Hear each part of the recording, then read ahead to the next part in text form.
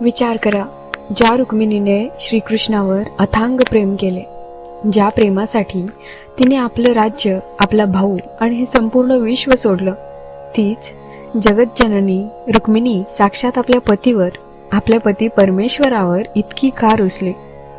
असं काय घडलं होतं त्या दिवशी द्वारकेत, ज्यामुळे संतापाच्या भरात रुक्मिणीने थेट राजवाडा सोडला आणि ती एकाकी चालत चालत दिंडीर वनात येऊन बसली? आणि सर्वात मोठा प्रश्न, ज्या देवाची आणि देवीची पूजा अख्खं जग नेहमी एकत्र करतं, तेच विठ्ठल आणि रुक्मिणी पंढरपुरात एकाच गाभाऱ्यात एकत्र का नाहीत? ते एकमेकांपासून वेगळे का उभे आहेत? नमस्कार विठ्ठल भक्तांनो, विठ्ठल वाईबच्या या 22व्या एपिसोडमध्ये तुम्हा सर्वांचे मनपूर्वक स्वागत. आज आपण उलगडणार आहोत प्रेमाची, रुसव्याची आणि एका अलौकिक विरहाची ही अमर कहाणी. ही गोष्ट आहे द्वापार युगाच्या शेवटच्या टप्प्याची.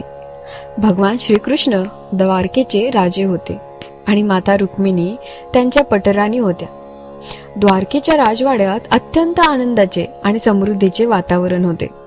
रुक्मिणी ही साक्षात लक्ष्मीचा अवतार. ती रात्रंदिवस श्रीकृष्णाची अत्यंत भावपूर्ण सेवा करायची.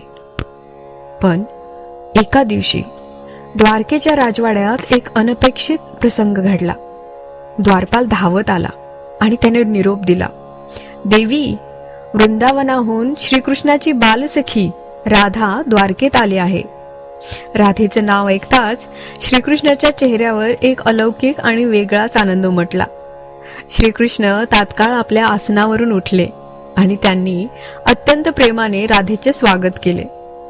रुक्मिणीने यापूर्वी राधेला कधीही पाहिले नव्हते. तिने फक्त राधेच्या आणि कृष्णाच्या निस्सीम प्रेमाच्या कथा ऐकल्या होत्या. रुक्मिणीने आपल्या पाहुणीचा आदर सत्कार करण्याचे ठरवले आणि तिने राधेला पिण्यासाठी अत्यंत गरम दुधाचा पेला दिला. राधेने ते उकळते गरम दूध क्षणाचाही विचार न करता एका घोटात पिऊन टाकले. काही वेळ निघून गेला. रुक्मिणी जेव्हा श्रीकृष्णाच्या शयनगृहात गेली तेव्हा तिथले दृश्य पाहून ती हादरूनच गेली. श्रीकृष्णाच्या संपूर्ण शरीरावर, विशेषतः त्याच्या छातीवर आणि पायांवर उष्णतेचे मोठे मोठे फोड आले होते. श्रीकृष्ण वेदनेने तळमळत होते. रुक्मिणी घाबरून विचारू लागली, देवा, हे काय झाले? तुमच्या अंगावर हे फोड कसे आले? त्यावर श्रीकृष्ण मंदपणे हसले आणि म्हणाले, रुक्मिणी, तू राधेला जे गरम दूध पिण्यासाठी दिले होतेस ना, ते तिने पिऊन टाकले. पण तुला माहित आहे, राधेच्या हृदयात साक्षात मी वसतो. ते गरम दूध जेव्हा तिच्या हृदयात गेले तेव्हा त्या उष्णतेने माझे शरीर भाजले. हे ऐकताच रुक्मिणी स्तब्ध झाली. तिच्या पायाखालची जमीन सरकली. तिच्या मनात विचारांचे वादळ उठले. मी श्रीकृष्णाची पटराणी आहे. रात्रंदिवस त्यांची सेवा मी करते. पण तरीही देवाच्या हृदयात फक्त आणि फक्त राधाच का बसते? माझ्या प्रेमाला, माझ्या सेवेला काहीच मूल्य नाही का? स्वाभिमानाला लागलेली ही ठेच आणि प्रेमातील उपेक्षा रुक्मिणीच्या हृदयात रुसव्याची आणि संतापाची ठिणगी पाडून गेली. अत्यंत दुःखी झालेल्या रुक्मिणीने कोणालाही काही न सांगता रात्रीच्या अंधारात द्वारका सोडली. चालत चालत ती दक्षिणेकडे निघाली. भटकत भटकत ती भीमा नदीच्या तीरावर असलेल्या दिंडीर वन म्हणजे आज पंढरपुरातील दाट जंगलात पोहोचली. ती मौन धारण करून तपश्चर्येला बसली. तिने निश्चय केला होता, ज्या प्रेमात मला पूर्ण स्थान आणि आदर नाही, तिथे मी आता परत जाणार नाही. इकडे द्वारकेत श्रीकृष्ण अस्वस्थ झाले. रुक्मिणीचा शोध घेत ते स्वतः दिंडीर वनात आले. त्याने रुक्मिणीला समजावण्याचा प्रयत्न केला. रुक्मिणी, राग सोड. तुझ्याशिवाय द्वारका अपूर्ण आहे. चल माझ्यासोबत. पण रुक्मिणीचा रुसवा खूप खोल होता. तिने देवाला स्पष्ट सांगितले, देवा, तुमचे आणि राधेचे प्रेम आध्यात्मिक असेल, पण माझे प्रेम ही काही कमी नाही. मी येथेच स्वतंत्र राहीन. देवाला समजले की हा रुसवा भांडणाचा नसून तिच्या निस्सीम प्रेमातून जन्माला आलेला हक्क आहे. त्याच वेळी जवळच राहणाऱ्या भक्त पुंडलिकाने आई वडिलांच्या सेवेत मग्न असताना देवाला उभं राहण्यासाठी एक मातीची वीट सरकवली. श्रीकृष्ण त्या विटेवर जाऊन उभे राहिले.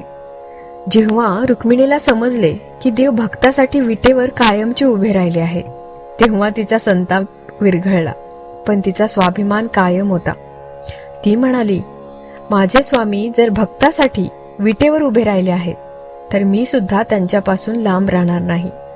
पण मी त्यांच्यासोबत एका गाभाऱ्यात उभी राहणार नाही. मी त्यांच्या पाठीमागे एका वेगळ्या मंदिरात माझी स्वतंत्र सत्ता घेऊन उभी राहीन. भक्तांनो, म्हणूनच हजारो वर्ष उलटून गेली तरी पंढरपुरात विठ्ठल आणि रुक्मिणी वेगळे उभे आहेत. जगात बहुतांशी ठिकाणी सीताराम, राधाकृष्ण किंवा लक्ष्मीनारायण अशा जोडप्याने मूर्ती असतात, पण केवळ पंढरपुरातच पती आणि पत्नी एकमेकांपासून वेगळे स्वतंत्र मंदिरात उभे राहून भक्तांना दर्शन देतात. हा रुसवा भांडणाचा नसून तो प्रेमाच्या आणि स्वाभिमानाच्या पराकाष्ठेचा आहे. या कथेमधून आपल्याला 3 मुख्य आणि अनमोल जीवनमूल्य शिकायला मिळतात. 1 म्हणजे प्रेमातील स्वाभिमान. रुक्मिणी देवीचे स्थान आपल्याला शिकवते की प्रेमात समर्पण जितके महत्वाचे आहे, तितकाच स्वतःचा स्वाभिमान जपणेही गरजेचे आहे. स्त्रीचे स्वतःचे स्वतंत्र अस्तित्व असते. 2 म्हणजे देवाचा न्याय. भगवंताच्या दरबारात भावना कधीही लपत नाहीत. देवाला राधेचे भक्तिप्रेम जितके प्रिय होते, तितकाच रुक्मिणीचा अधिकारही प्रिय होता. म्हणूनच देवाने तिच्या रुसव्याचा आदर केला. विरहातून झालेली भक्तीची निर्मिती. जर रुक्मिणी रुसली नसती आणि पंढरपुरात आली नसती, तर कदाचित देवाला पंढरपुरात येण्याचे आणि भक्तांसाठी विटेवर उभे राहण्याचे हे निमित्त घडले नसते. कधीकधी जीवनातील विरह किंवा दुःख हे मोठ्या आध्यात्मिक आनंदाची सुरुवात असते. भक्तांनो, ही होती आपल्या रुक्मिणी मातेच्या रुसव्याची आणि विठुरायांच्या अथांग प्रेमाची अमर कहाणी. एका बाजूला भक्तासाठी विटेवर उभा राहिलेला पांडुरंग आणि दुसऱ्या बाजूला आपल्या स्वाभिमानासाठी आणि प्रेमाने वेगळी उभी राहिलेली रुक्मिणी माता. हा ताटातूट नसून भक्तीचा आणि प्रेमाचा सर्वात मोठा सोहळा आहे.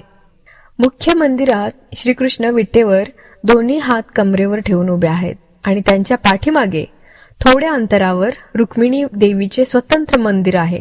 जगातील हा एकमेव असा दरबार आहे जिथे पती पत्नी एकमेकांपासून वेगळे उभे राहून भक्तांना दर्शन देतात. या कथेतून आपल्याला काय शिकायला मिळतं? प्रेमात समर्पणासोबत स्वतःचा स्वाभिमान जपणेही तितकेच महत्वाचे असते.